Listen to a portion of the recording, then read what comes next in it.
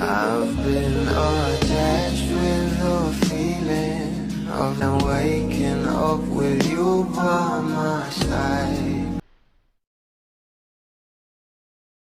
Alam naman natin na ito nga ang Donato Cup ng ating Donnie Pangilinan ang kauna-unahan niyang event na ginawa na kung saan ay para nga ito sa children's education at talaga namang sobrang proud nga ang maraming bablis at syempre ang parents ng ating Donnie Pangilinan sa ginawa nga nito. At ngayon nga guys, ito nga ang pag-uusapan natin dahil talagang ganito nga kalaki ang halaga na dinonate nga ng ating Donnie Pangilinan para sa children's education. Nga guys ay 500,000 at ayon pa nga guys dito, what an amazing advocacy, #Donato Cup at talagang sobrang proud nga ang maraming babli sa ating Donnie at ayon pa nga dito, napakalaking tulong na yan para sa mga bata na gustong mag-aral.